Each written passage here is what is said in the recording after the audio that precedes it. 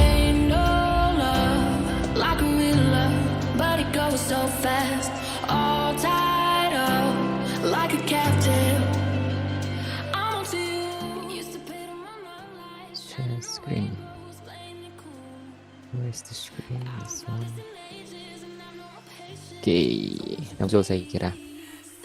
Jadi kalau kemarin kita sudah membahas mengenai bagian eksternal, kayak misal mungkin kalau penjelasan yang recording PPT-nya beda sama yang dijelaskan ke kalian waktu Jumat pagi, cuma intinya hampir sama dan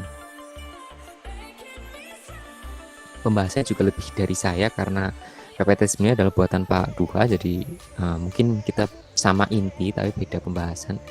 Nah, kesempatan kali ini PPT yang saya siapkan jadi sesuai dengan apa yang akan saya sampaikan. Kemarin mengenai jaringan eksternal, sekarang jaringan internal, ya kan? Kita udah mengenal juga perkembangan kelenjar ambing di dalamnya. Kemudian kalau sekarang kita akan membahas lebih dalam lagi. Dari kemarin kita cuma lihat membahas mengenai jaringan ikat, tapi pada kesempatan kali ini kita akan membahas mengenai apa aja yang ada di dalamnya lebih spesifik, ya kan? Mari disebutkan sedikit bahwa sebenarnya di bagian dalam ambing itu ada lapisan lemak, jelas lemak di bagian atas, ya kan? Kemudian ada jaringan parenkim. Jaringan parenkim adalah jaringan sel yang fungsional, ya kan? Jadi parenkim ini akan membentuk bagian internal ambing sebesar apa namanya? Sorry. Ada yang PPT, ada yang masuk ya? Saya nggak bisa ngasihnya. Oke, coba ada yang masuk nggak?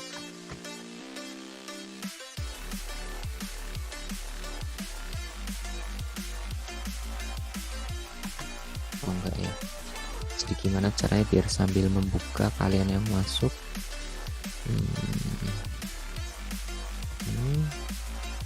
Akan saya coba share, bentuknya seperti ini. Share screen-nya.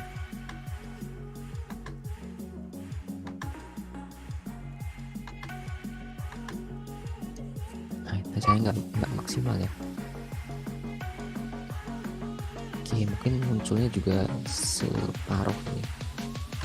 Coba saya maksimalkan biar sambil nge-approve yang masuk-masuk.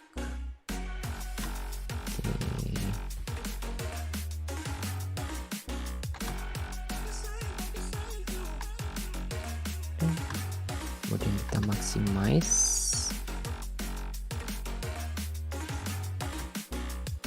Harusnya terlihat, ya kan? Jadi kemarin kita sudah membahas mengenai perkembangan, sekarang kita bahas internalnya. Khususnya ini dulu. Jadi ya kan, jadi ada lapisan lemak, kemudian jaringan parenkim yang menjadi fungsional, nanti akan membentuk sel-sel epitel, kemudian myoepitel, ya kan. Kemudian juga saluran-salurannya itu yang membentuk sel-sel itu adalah jaringan parenkim. Jadi mereka bisa mendiferensiasi diri sendiri sesuai dengan kebutuhannya dia akan menjadi apa. Kemudian ada jaringan sekresi dan jaringan ikat. Jadi kalau jaringan parenkim tadi dia akan lebih spesifik menjadi jaringan sekresi, tapi suatu saat juga ada jaringan ikat, ya kan, yang menyokong integritas atau apa sih istilah integritas, keberadaan dari jaringan-jaringan internal di dalam ambing itu sendiri. Jadi ada jaringan ikat yang mengikat baik hingga level level sel bagian alveolusnya itu ada yang mengikat menjadi satu sehingga dia benar-benar utuh menjadi sebuah ambing. Jadi kalau nggak ada jaringan ikat, mungkin ambing akan gampang sekali berubah bentuk dan rusak gitu. Jadi harus ada jaringan ikat yang kemudian menyatu menjadi jaringan ikat yang lebih besar dan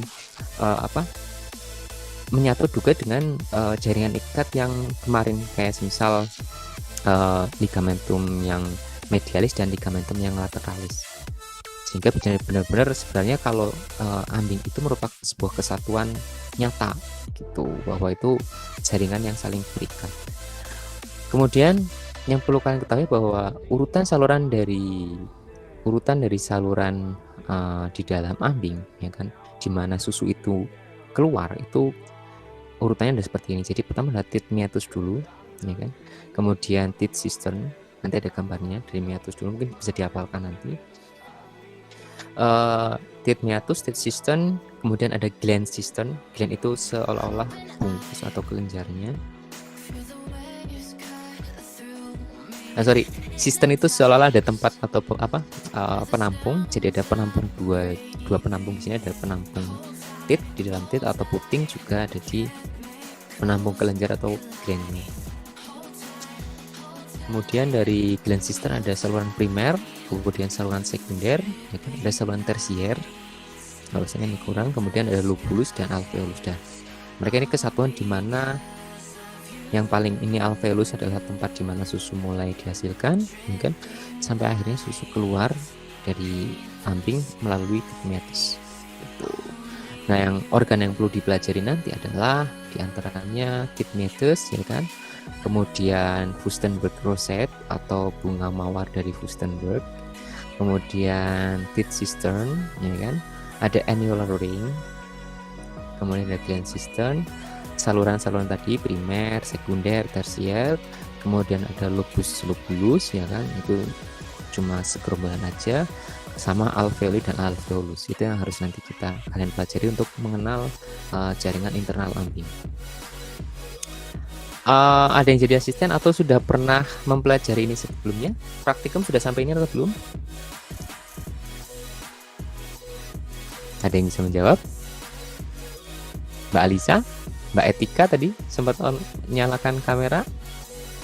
Sudah dipelajari belum di praktikum? Belum? Anatomi dan fisiologi ambing, Hanifa ini. Sudah? Tapi belum terlalu belum. Oke, nanti jadi kalau ada pertanyaan silahkan disampaikan aja ya. Karena kita sama-sama belajar. Nanti kalau di praktikum nggak maksimal, di sini nggak maksimal, nanti kan nggak dapet semuanya. Gitu. Ini tadi organ yang perlu dipelajari, ada cukup banyak, tapi ini adalah hal yang simple. Jadi sebenarnya secara logika pun ini nggak bisa bisa dihafalkan secara logika. Jadi nggak perlu yang sampai spesifik banget. Kemudian ini merupakan ilustrasi, jadi nggak secara nyata bentuknya seperti ini, tapi ini adalah ilustrasi dari bentuk-bentuk bagian internal ambing. Tadi saya sebutkan ada semisal strik kanal, atau saya tadi nyebutnya bukan strik kanal, nyebutnya adalah teat meatus, ya kan? Di sini ada teat meatus, kemudian ada sebenarnya di sini ada otot sphincter, ya kan? Nah, ini namanya tadi teat cistern ini. Ini teat secara keseluruhan, yang warna hitam ini namanya areola, ya kan? Areola. Kemudian ini teat secara utuh, di dalamnya ada teat cistern. Setelah teat cistern nanti ada namanya annular ring yang memisahkan antara gland cistern dan teat cistern. Nah, yang ini yang gland cistern. Nah, gland cistern ini nanti dapat susu atau dapat suplai susu dari saluran-saluran ini, saluran-saluran primer. Nah, saluran primer ini yang menghubungkan antara gland cistern dengan lobus. Lobus di dalam lobus ini yang agak besar ini namanya lobulus. Di dalam lobulus nanti ada alveoli, ya kan? Nanti baru tiap alveoli, gerombolan alveoli lebih spesifik dari alveoli terbentuk alveolus di dalamnya. Jadi hampir seperti di paru-paru ya, ada alveoli, alveolus, lobulus. Jadi yang pertama ada bagian kecil-kecil dulu, yang kecilnya menggerombol jadi alveoli, ya kan? Alveoli menggerombol jadi lobulus menggerombol jadi lobus. Nah, yang kelihatan secara nyata ini biasanya adalah lobusnya itu. Tapi kalau sampai masuk alveolus itu harus menggunakan mikroskop. Tuh. Jadi nanti bisa di gambarnya seperti ini ya. Nah, tadi spesifik lagi kalau alveolusnya itu seperti ini.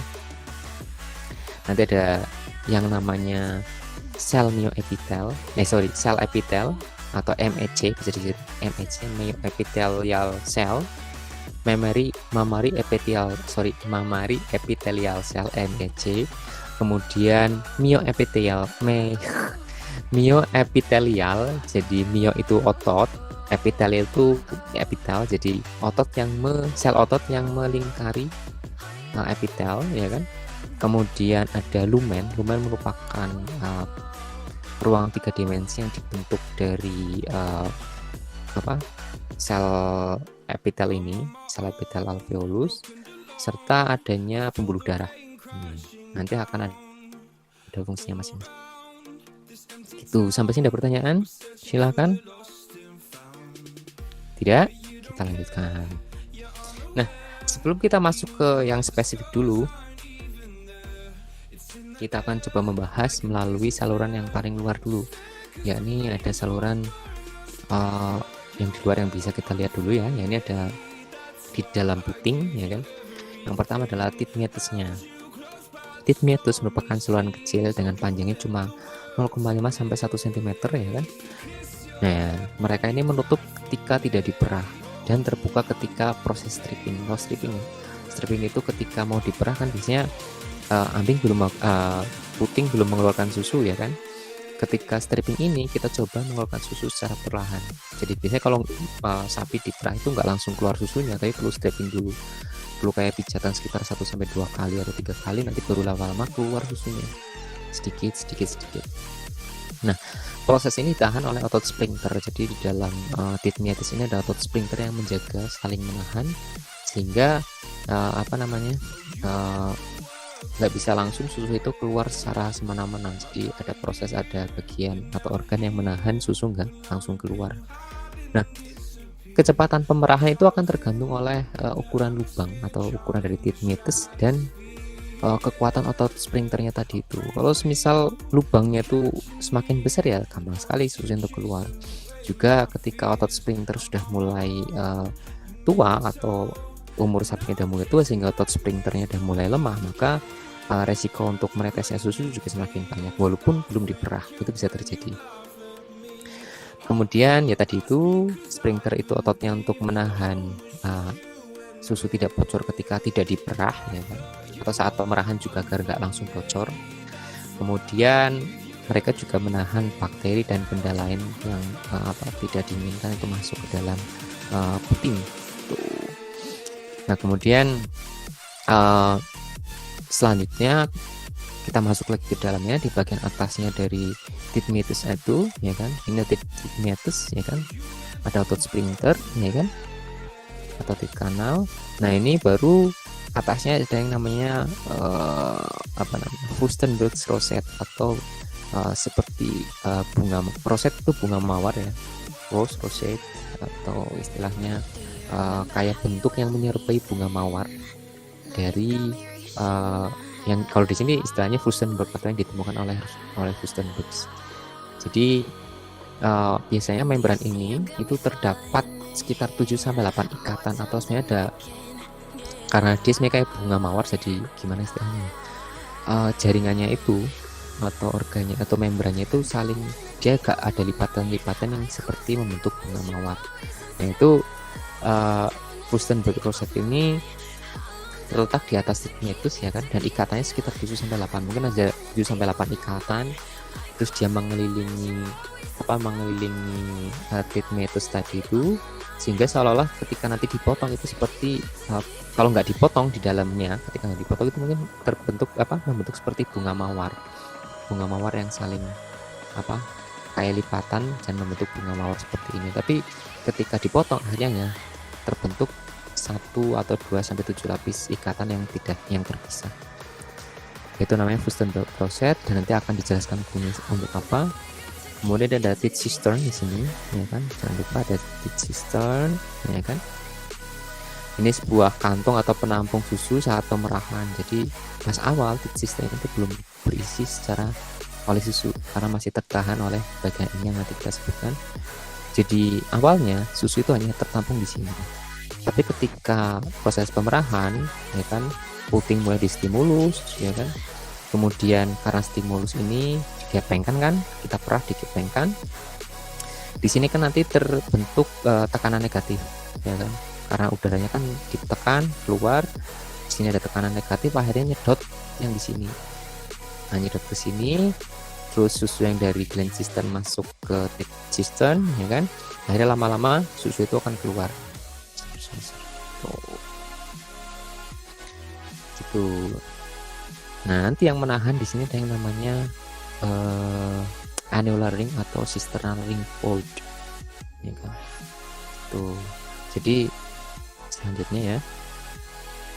Jadi di sini ketika nanti ambing itu dipotong secara istilahnya ini apa, longitudinal kah, cross section dari mammary gland itu, susu itu artinya ada di gland cistern, ya kan. Kemudian ketika diperah itu akan turun dari gland cistern ke cistern.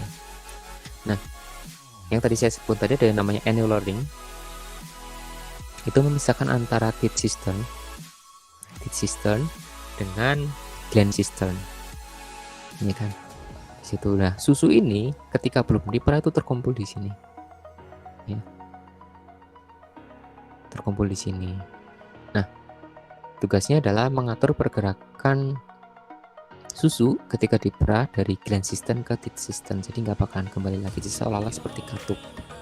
Namun ketika dipotong, saya pernah baca itu, ketika dipotong annular ring ini tidak kelihatan, tapi sebenarnya ada yang mengatur pergerakan tadi itu. Jadi suatu saat ketika dipotong seperti gambar dan belum nanti itu nggak kelihatan, tapi secara fungsi itu ada.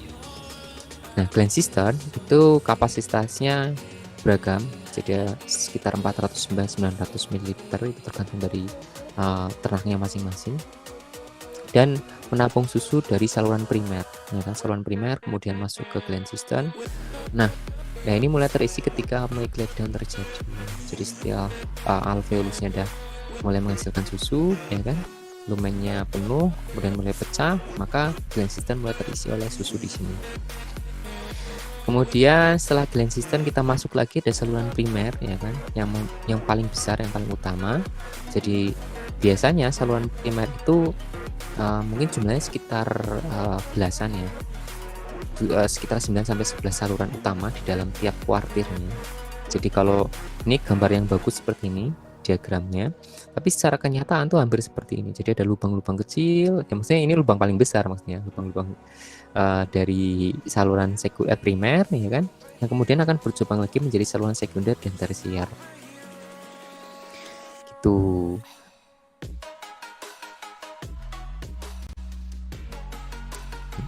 Gitu, ya kan. Nah, saya lupa lagi. Kalau sapi itu pernah kita jelaskan kemarin bahwa sapi itu saluran susunya itu hanya satu, ya kan. Tapi kalau ternak yang lain kayak misal dari satu puting itu hanya satu saluran, tapi untuk dari onta misal, yang pernah saya sebutkan juga bahwa onta itu biasanya memiliki 2-3 saluran per puting. Artinya apa? Onta itu akan memiliki 2 lumen di sini di tiap kuartirnya. Tiap kuartir memiliki 2 lumen dan memiliki kapasitasnya masing-masing. Gitu. Kalau sapi karena satu saluran per kuartir, maka bentuk lumennya cuma satu. Kalau kambing saya lupa, kambing berapa ya? 1 atau 2 ya? 1 puting 2 saluran atau berapa saluran itu bisa. Tapi kalau kambing kayaknya 1 tuh. Apalagi ya? Itu jadi nanti ada saluran primer yang paling besar ini. Nah, kemudian akan terpisah di sini. Ini mulai saluran sekunder, ya kan, yang menghubungkan antara saluran tersier dan primer. Kemudian kalau saluran tersier ini itu akan menghubungkan antara alveolus ke dalam saluran sekunder. Itu namanya saluran tersier. Itu. Kemudian kita masuk lagi, ya. Kita akan lebih jelas lagi. Sebenarnya kalau tadi setelah disebutkan beberapa saluran-saluran, ini kita di tiap saluran tadi sebenarnya ada fungsinya masing-masing, Mas. Jadi khususnya dalam mekanisme alamiah untuk pertahanan diri terhadap infeksi, kan. Infeksinya apa yang kalian ketahui kan, di dalam ambing itu bisa terjadi infeksi oleh bakteri-bakteri patogen dan menyebabkan penyakit namanya mastitis, ya kan. Mastitis dari kata mamae atau kelenjar ambing, titis atau itis atau infeksi, gitu kan, atau peradangan. Nah, mastitis ini bisa terjadi ketika bakteri patogen bisa secara mudah masuk ke dalam masuk ke dalam internal ambing, baik nanti berkembang di sini, di puting, atau bahkan bisa masuk sampai ke dalam alveolus gitu. Jadi bisa saja bahwa sapi itu terkena mastitis tapi secara subklinis nggak kelihatan, dia tidak terlihat terkena mastitis, nggak sampai bengkak dan lain-lain, tapi secara tampilan kualitas susu sudah mulai menurun, kayak misal SCC-nya tinggi, ya kan, kemudian mulai adanya bercak darah, itu produksi susunya menurun, itu bisa terjadi. Nah, untuk secara natural atau secara alamiah sebenarnya tubuh dari sapi itu sudah terancang untuk menjaga agar tidak kemasukan bakteri patogen.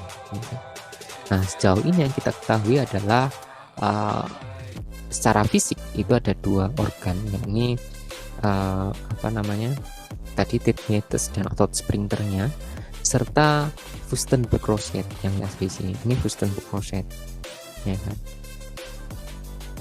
Nah, bagaimana mekanisme yang dilakukan oleh otot titmeatus, yakni otot sel-sel yang di dinding ini sampai bagian sini, mereka menghasilkan protein yang namanya protein keratin.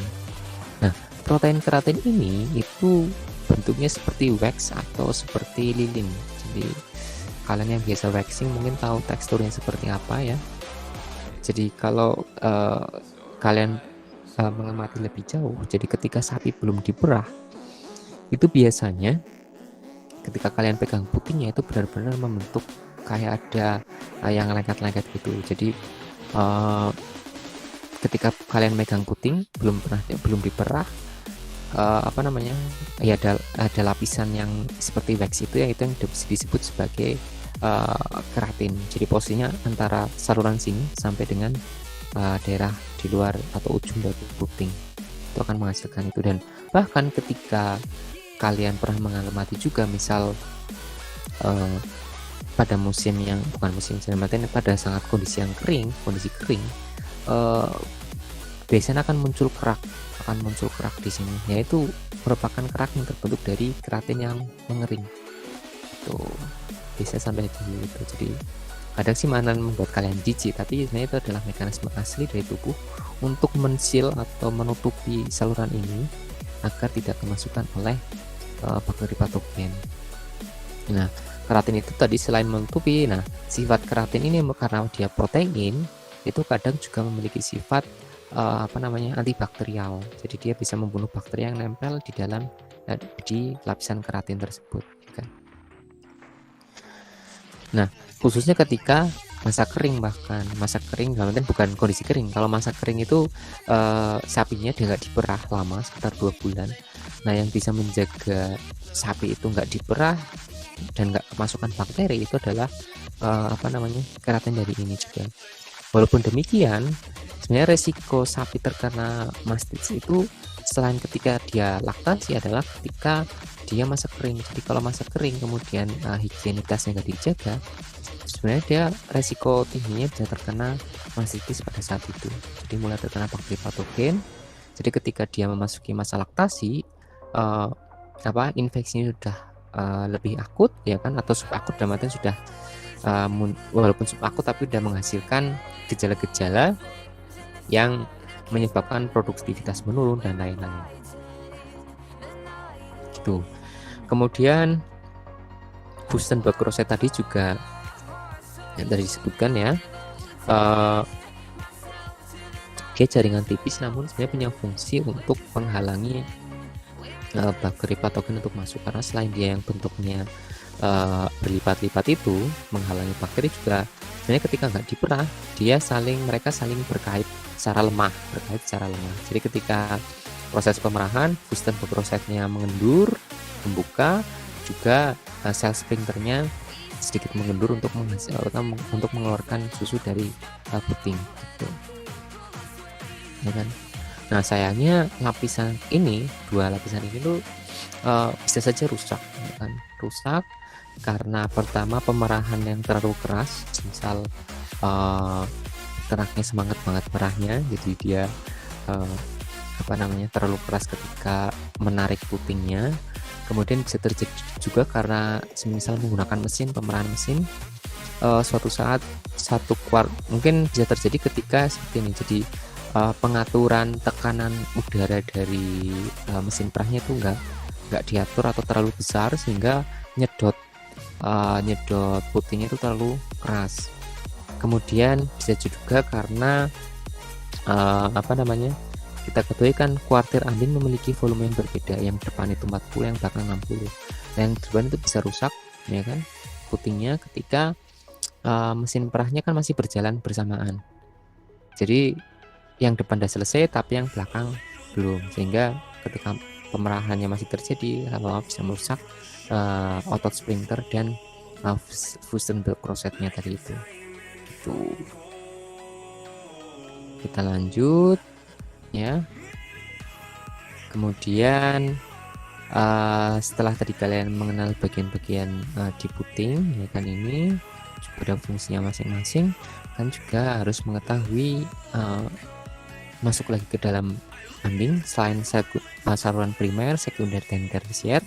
Kemudian ada organ lagi di dalamnya, yakni ada yang namanya lobus dan lobulus ya kan. Kalau di gambar ini yang pertama ada lobusnya dulu, dia adalah gelembung besar ya kan yang berisi lobulus. Lobulus itu yang ini namanya lobulus. Nah, di dalam lobulus itu akan mengandung banyak sekali alveoli. Alveoli itu adalah gerombolan alveolus. Jadi sebenarnya bentuknya ada seperti anggur ya. Ini udah seperti anggur, tapi sebenarnya di sini ada lagi, di sini ada lagi, di sini ada lagi. Tapi untuk mempermudah menggambar seperti ini. Yaitu tadi ada lobus, lobulus itu bagian di dalam lobus ya kan. Kemudian lobulus berisi alveolus, berisi kumpulan alveoli, di mana alveoli ini adalah sekumpulan dari alveolus ya kan. Nah, isi terbanyak dari ambing adalah alveoli. Jadi alveoli ini akan ada di sini lagi, selama ambing itu berada di sel-sel parenkimnya. Sel-sel parenkim itu isinya biasanya adalah alveolus ya kan. Nah, dengan alveolus merupakan sebuah bulatan yang tersusun atas sel epitel ya kan, sebuah layer sel epitel, kemudian beberapa bagian beberapa sel myoepitel yang menyelimuti bulatan sel epitel tadi, serta beberapa pembuluh darah yang mengelilingi alveolus ya kan. Nah, karena membentuk bulatan, maka secara 3 dimensi di dalamnya akan terbentuk sebuah ruang. Ruang tersebut disebut sebagai lumen. Nah, susu biasanya tersimpan pada beberapa saluran ya kan. Tadi ada saluran dari bagian sini sampai sini, itu biasanya di dalam alveolus karena dia ada banyak, itu sampai 60% di sini. 60% berada di alveolusnya. Atau bisa diartikan sebagai berada di dalam lumen dari alveolus ya kan.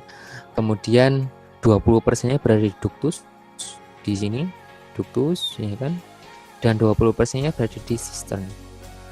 Ini ketika belum diperah itu. Jadi masih ada 60% masih berada di dalam sini, kemudian 20% dan 20% di sini tuh. Kemudian kita lebih spesifik lagi melihat ke yang lebih mikroskopis, yakni alveolus.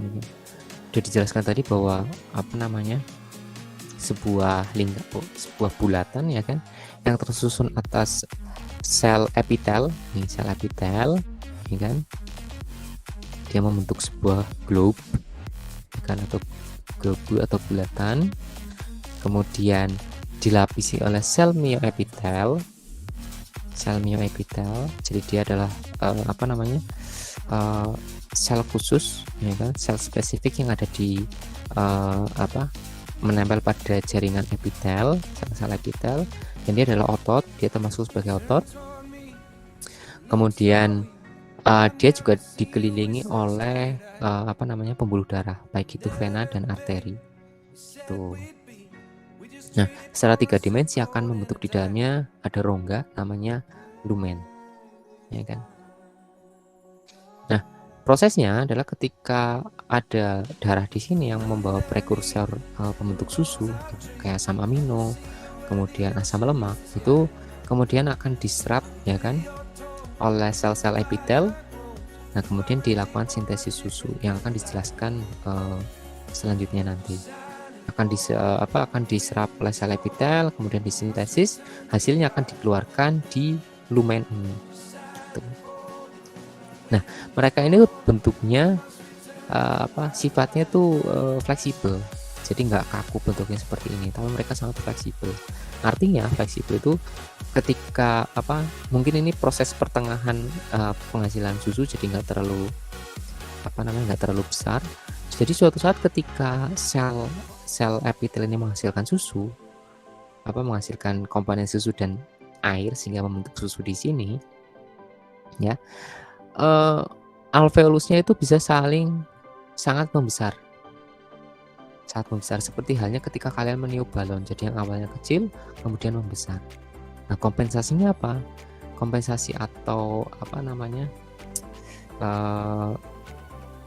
dampaknya apa? Dampaknya adalah ketika alveolusnya membesar, maka sel-sel epitelnya akan menjadi menipis, ya kan? Nanti akan dijelaskan setelah ini mungkin. Nanti ya sorry setelah ini. Nah, nanti itu akan saya ceritakan, tapi sebelumnya kita sebutkan lagi bahwa sel darahmu dari bentuk 3 dimensi ini kan seolah-olah padat ya, atau tidak ada lubang sama sekali. Tapi sebenarnya salah, itu masih ada jarak-jarak di sini, kayak misal gap junction dan lain-lain, yang menyebabkan antar sel ini berikatan. Jadi kenapa selnya bisa membentuk seperti ini? Karena mereka saling berikatan satu dengan yang lain menggunakan tight junction, bisa berupa tight junction atau gap junction, tergantung. Jadi ada beberapa ikatan sel, tapi yang jelas menjaga integritas antar sel ini adalah tight junctionnya.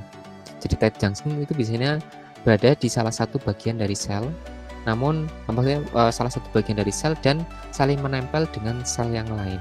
Ada namanya tight junctionnya itu, tapi di sini nggak kelihatan. Dia berbentuk titik kecil yang menjaga integritas antar sel. Mereka saling mengikat. Walaupun demikian, sel darah putih itu masih bisa melewati mereka ini. Jadi ketika ada bakteri patogen yang bisa masuk bahkan sampai ke lumen, maka sel darah putih bisa merembes atau melewati mereka ini untuk melawan bakteri patogen yang ada di sini. Semisal bakteri patogen berada di duktusnya atau di saluran, ya sel darah putih akan melewati duktus-duktus ini dan melawan di sana. Jadi kelebihan sel darah putih adalah dia bisa melewati atau menembus sebuah jaringan untuk melaksanakan tugasnya, semisal membunuh bakteri patogen dan lain-lain. Kemudian yang perlu diingat lagi adalah fungsi dari sel mioepitel ini. Sel mioepitel itu bisa berkontraksi dan berelaksasi, ya kan. Kontraksi artinya dia langsung mengkerut, ya kan. Kalau relaksasi dia akan melonggarkan diri. Nah, mioepitel itu akan bekerja atau berkontraksi ketika menerima hormon oksitosin, ya kan. Ketika ada hormon oksitosin, ya kan, mereka langsung mengkerut. Karena mengkerut, otomatis mereka di sini lumen, ya, sel epitel dan lumen itu akan terperas karena mereka saling berkontraksi semua. Dampaknya apa? Terjadi milk letdown, yang dari lumen akan kemudian tertekan, ya kan, keluar dan menuju ke saluran di sini. Nah, kemudian ketika ada hormon prolaktin kembali, maka mereka akan merilis atau merelaksasi, ya kan, tekanan tadi, kemudian mulai bersiap untuk menghasilkan susu kembali.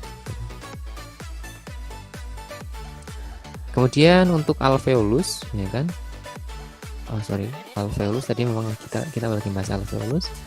Kemudian yang perlu diketahui lagi bahwa jumlah sel epitel di dalam alveolus itu jumlahnya dinamis, ya kan. Jumlahnya dinamis, ya kan. Jadi nggak statis seperti gambar di sini terus, tapi dinamis. Jadi suatu saat tiba-tiba sel yang ini dia mati, lepas. Nanti ada regenerasi, bentuk sel yang baru, kemudian mereka menutup kembali dan lain-lain. Gitu. Nah, mekanismenya itu kalau nggak salah ada dua teori yang menyebutkan bahwa regenerasi sel epitel itu bisa berasal dari sel epitel yang lain dari sebelahnya kemudian beregenerasi, atau ada yang menyebutkan bahwa sebenarnya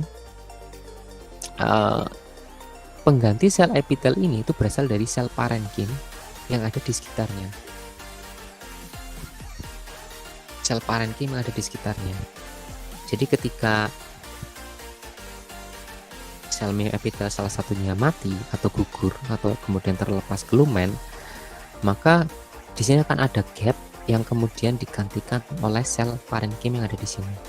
Kemudian sel parenkim tersebut bisa bergerak dan menggantikan diri atau mendiferensiasi menjadi sel epitel yang lain di sini. Jadi akhirnya menjadi sel epitel yang baru, kemudian berikatan membentuk dinding epitel lagi di sini. Tuh ada dua teori. Kemudian nah kemudian ya tadi jumlahnya itu dinamis. Kemudian ketika beregenerasi atau yang gugur tadi kemudian masuk ke dalam lumen, dan sisanya itu bisa kita lihat buktinya itu bisa kita lihat dalam bentuk somatic cell count. Jadi somatic cell count ini merupakan sel-sel yang ada di dalam susu, ya kan? Dan ini merupakan campuran antara sel darah putih, ya kan? Bisa juga dari tadi itu sel alveolus, sel epitel yang kemudian mati, bisa lisis atau gugur lepas.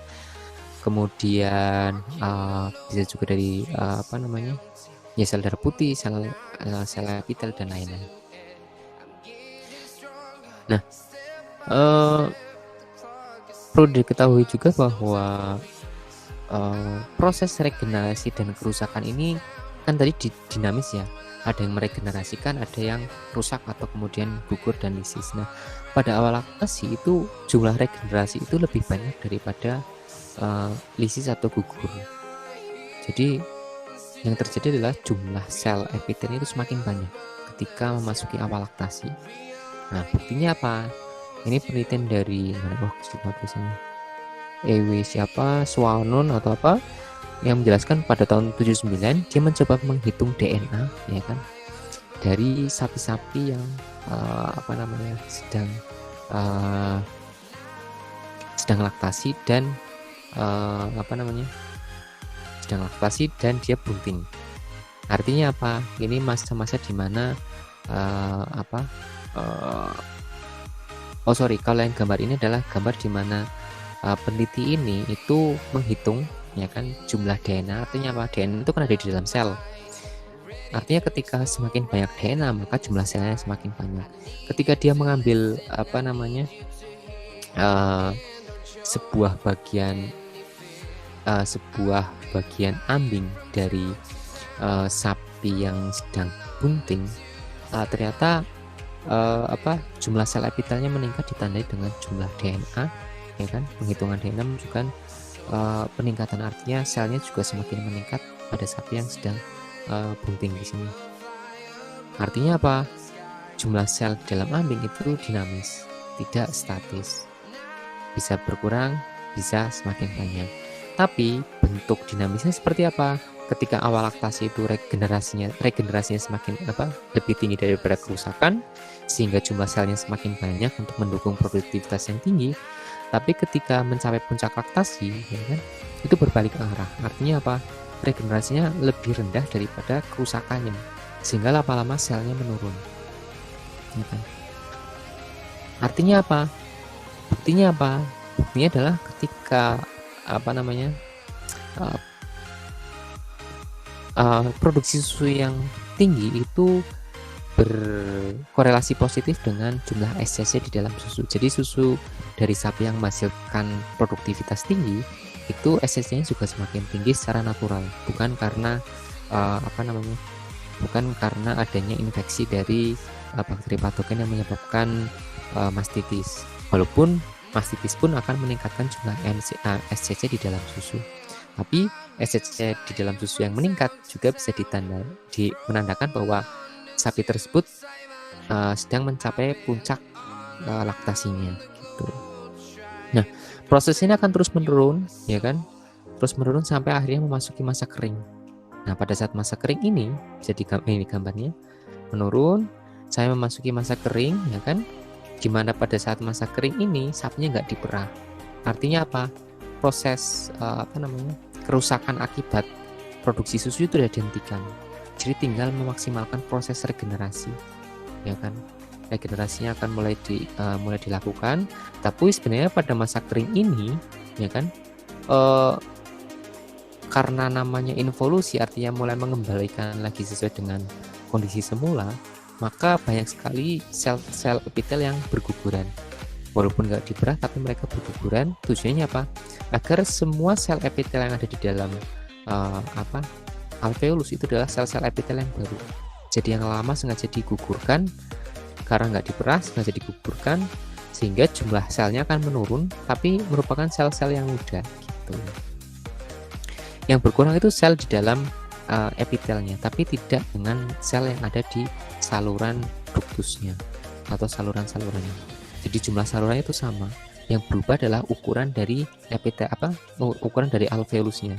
Jadi alveolusnya karena sebelumnya dia penuh oleh sel, tapi lama-lama yang sel-sel lama akan digugurkan dengan sengaja, ya kan, sampai akhirnya hanya terbentuk sel-sel epitel yang masih muda atau yang baru. Itu selama proses involusi kelenjar ambing. Yang perlu diketahui lagi adalah selain jumlahnya yang dinamis, ya kan, sel-sel epitel di dalam alveolus itu juga mereka bentuknya dinamis juga, enggak berbentuk statis seperti itu. Statis, dia bentuknya hanya seperti tabung seperti tadi ini, nggak seperti ini terus, tapi dia akan terus berubah. Berubahnya bagaimana? Ternyata ketika tadi saya pernah sebutkan bahwa ketika produksi susunya semakin tinggi, mereka memproduksi komponen semakin tinggi di dalam ini, kemudian dia memasukkan air, ya kan, kemudian memasukkan protein, memasukkan lemak, hingga suatu saat isinya sangat banyak, maka sel-sel alveolus akan mengkompensasi atau merubah bentuknya agar bisa menampung susu yang ada di sini. Jadi yang sebelumnya ukurannya segini, ya kan, karena mereka menipiskan diri, ya kan, memipihkan diri. Jadi bayangkan ya, bisa memipihkan diri seperti halnya ketika kalian meniup balon, mereka semakin tipis, semakin tipis, ya kan, mungkin bisa sampai segini. Nah, akhirnya sebelumnya sel epitel ini berbentuk tabung, dia akan berbentuk pipih di sini. Berbentuk pipih, dan mereka saling terkait dengan kuat antar satu dengan yang lain melalui tight junction-nya tadi itu. Ada kayak mereka saling mengikat oleh tight junction, walaupun mereka menipis, tapi mereka saling berintegritas, saling menjaga diri masing-masing. Gitu. Kemudian ketika ketika tadi ukurannya udah sangat besar, kemudian peternak mulai memerah, ya kan, oksitosin keluar menyenggol sel myoepitel, mereka langsung mengkerut, akhirnya menekan bulatan alveolus ini. Karena tertekan kan harus mencari lubang yang paling bisa dilewati atau tempat yang paling tipis, yakni berarti saluran ini. Akhirnya susunya keluar, ya kan, dari lumen menuju saluran dan masuk ke gland cistern. Nah, itu tadi. Jadi bisa melebar, menipis, bisa menebal seperti tabung, kemudian melebar dan menipis untuk mengkompensasi produksi susu di dalam alveolus. Jadi tadi itu kita udah membahas mengenai ductus, kemudian alveolusnya, kemudian kita lebih spesifik lagi ke sel epitelnya, ya kan. Nah, sel epitel itu nggak berbeda dengan sel-sel lainnya. Sel di dalam sel di dalam otot beda bentuknya, sama seperti halnya ya sel epitel. Jadi dia sel sepertinya sel di dalam mulut kalian, kemudian sel yang menutupi mata, ya kan, sel yang menutupi saluran vagina, kemudian sel-sel di dalam usus itu mereka bentuknya bersama, ya kan. Jadi mereka akan memiliki dua sisi, ya kan, yakni ini namanya basolateral basis, basolateral, basolateral. Kemudian ada yang namanya lapisan atau sisi apikal. Setiap sel epitel itu akan memiliki sisi ini. Ada sisi basolateral dan sisi apikal. Karena sel-sel epitel biasanya akan menghasilkan sekresi dan berada di luar, menutupi bagian dalam dari sebuah organ. Seperti halnya yaitu tadi mulut, itu ada sel-sel epitel banyak di situ. Di dinding mulut kalian itu sel-sel epitel. Kemudian kelopak mata kalian, usus kalian itu adalah terdiri dari sel-sel epitel. Ada bagian basolateral dan bagian apikal, ya kan?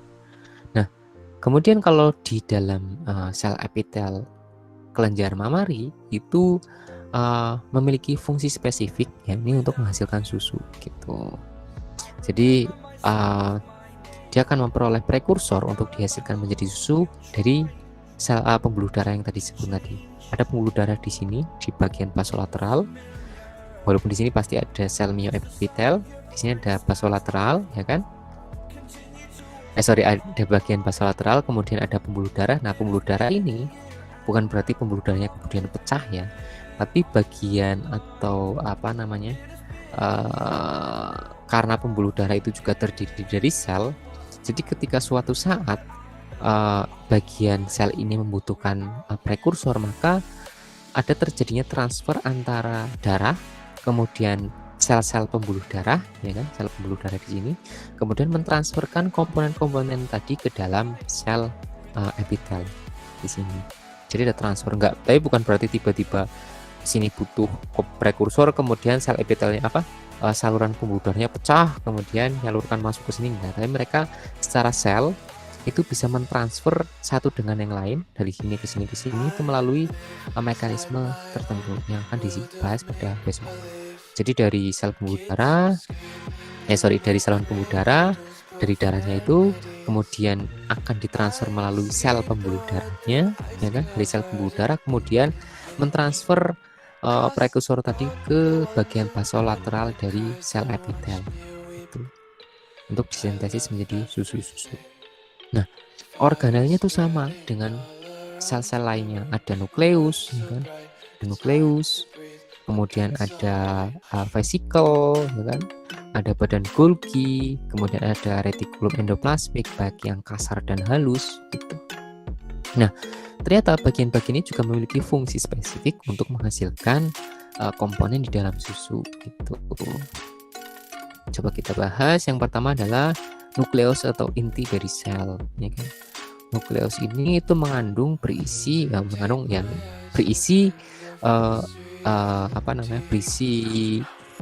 DNA. Kalian tahu bahwa DNA merupakan untai atau bahasa nukleotida yang mengkode, ya kan, mengkode apa aja yang ada di dalam tubuh kita. Begitu pula di dalam sel epitel. DNA di sel epitel itu akan sama DNA yang berada di otak kalian, DNA yang ada di tulang kalian, DNA yang ada di sel darah putih kalian itu sama. Cuma mereka kemudian akan menerjemahkan sesuai dengan fungsinya masing-masing. Jadi nggak pakai otak kemudian menghasilkan susu, itu enggak, karena fungsi dari otak adalah menyimpan memori, selnya menyimpan memori, kemudian meneruskan impuls dari saraf dan lain-lain. Tapi untuk bagian sel epitel dia memiliki fungsi khusus menghasilkan susu. Jadi kalau epitel mamaria menghasilkan susu, kalau epitel usus ya nanti menghasilkan enzim gitu. Namun mekanisme hampir sama. Apa? Semua yang ada di situ tuh dikontrol oleh DNA di dalam sel. Nah, sel itu nanti DNA-nya tuh akan menulis berisi kode-kode, ya kan? Ada 4 bahasa di dalam DNA ya. A, T, G, C. Nah, tiap-tiap bahasa tadi ini itu akan membentuk sebuah kodon, atau tiap 3 bahasa ini akan membentuk sebuah kodon yang kemudian diterjemahkan sebagai asam amino, ya kan? Nah, asam amino ini kemudian akan membentuk protein, ya kan? Baik itu bentuknya protein struktural dan fungsional, ya kan? struktural itu nggak ada fungsinya, tapi dia akan membentuk sebuah protein penunjang atau pembangun atau apalah terserah. Jadi bentuknya seperti itu. Nah, kalau protein fungsional itu protein yang benar-benar memiliki fungsi mengatur atau menjalankan fungsi tertentu dari sebuah sel. Hormon itu protein, enzim itu protein. Nah, mereka adalah protein fungsional. Gitu. Mereka bisa mengatur kinerja di dalam sel, bahkan kinerja di dalam tubuh. Gitu. Jadi protein ini, jadi kinerja utama dari sel itu adalah adanya protein di dalamnya. Kita bisa hidup karena ada protein. Yang mengatur protein siapa yang membentuk protein ini yang adalah DNA. Gitu. Nah, kemudian protein kayak misal kasein, alfa S1, alfa S2, beta kappa, kemudian protein W, ada apa namanya imunoglobulin, ada globulin, itu apa namanya merupakan protein-protein yang struktural atau berbentuk saja, atau kemudian bisa dimanfaatkan di luar tubuhnya, tapi tidak untuk mengontrol kinerja di dalam sel. Jadi ada protein struktural kayak kasein yang dihasilkan oleh sel epitel, juga protein fungsionalnya kayak semisal mTOR. mTOR itu mammalian target ovarapamisin. Juga protein-protein kecil yang ada di dinding-dinding membran basolateral ini, dia akan protein yang menyerap glukosa itu ada sendiri, protein yang menyerap asam lemak itu ada sendiri, kemudian ditransfer ke sini itu ada protein yang mengatur sendiri. Itu akan dikode semuanya oleh nukleus di sini, ya kan? Nah, ini kemudian akan bekerja selanjutnya karena tadi disebutkan bahwa setelah DNA pertama DNA itu akan ditranskripsi dulu, ya kan, menjadi mRNA. Nah, DNA ini nggak bakalan keluar, mereka kan ada di dalam nukleus. Yang bisa keluar adalah mRNA-nya, messenger RNA. Jadi kopi atau kopi dari DNA keluar ke dalam sitoplasma. Nah, di sitoplasma ini mulai diterjemahkan jadi menjadi protein-protein bentuknya kasein, whey, atau enzim-enzim yang dibutuhkan untuk menghasilkan lemak, menghasilkan laktosa, menghasilkan protein itu sendiri gitu. Nah, kemudian selanjutnya adalah kalau semisal proses tersebut nanti akan dijelaskan lebih lanjut oleh proses biosintesis di dalam susu. Tapi saya akan di sini sedikit menjelaskan mengenai fungsi-fungsi aparatusnya atau fungsi-fungsi dari organelnya. Nukleus tadi sudah saya jelaskan cukup panjang lebar. Kemudian ada retikulum endoplasmik, baik itu yang halus atau yang kasar. Kalau yang kasar itu yang bulat-bulat ini adalah berisi vesikel, ya kan, vesikel. Nah, kalau yang halus itu vesikelnya lebih sedikit, bukan berarti nggak ada, tapi lebih sedikit. Tapi kalau yang kasar itu benar-benar vesikelnya banyak sekali. Nah, retikulum endoplasmik itu tugasnya apa? Ternyata dia akan menerima asam-asam lemak, ya kan, asam-asam lemak yang tadi dikirim dari bagian basolateral tadi itu masuk ke dalam retikulum endoplasmik, ya kan.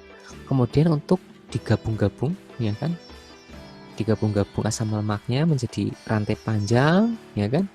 Kemudian menjadi lemak-lemak, ya kan, yang kemudian menjadi satu, ya, menjadi droplet, ya kan, lipid droplet, dan kemudian akan diekskresikan ke dalam lumen.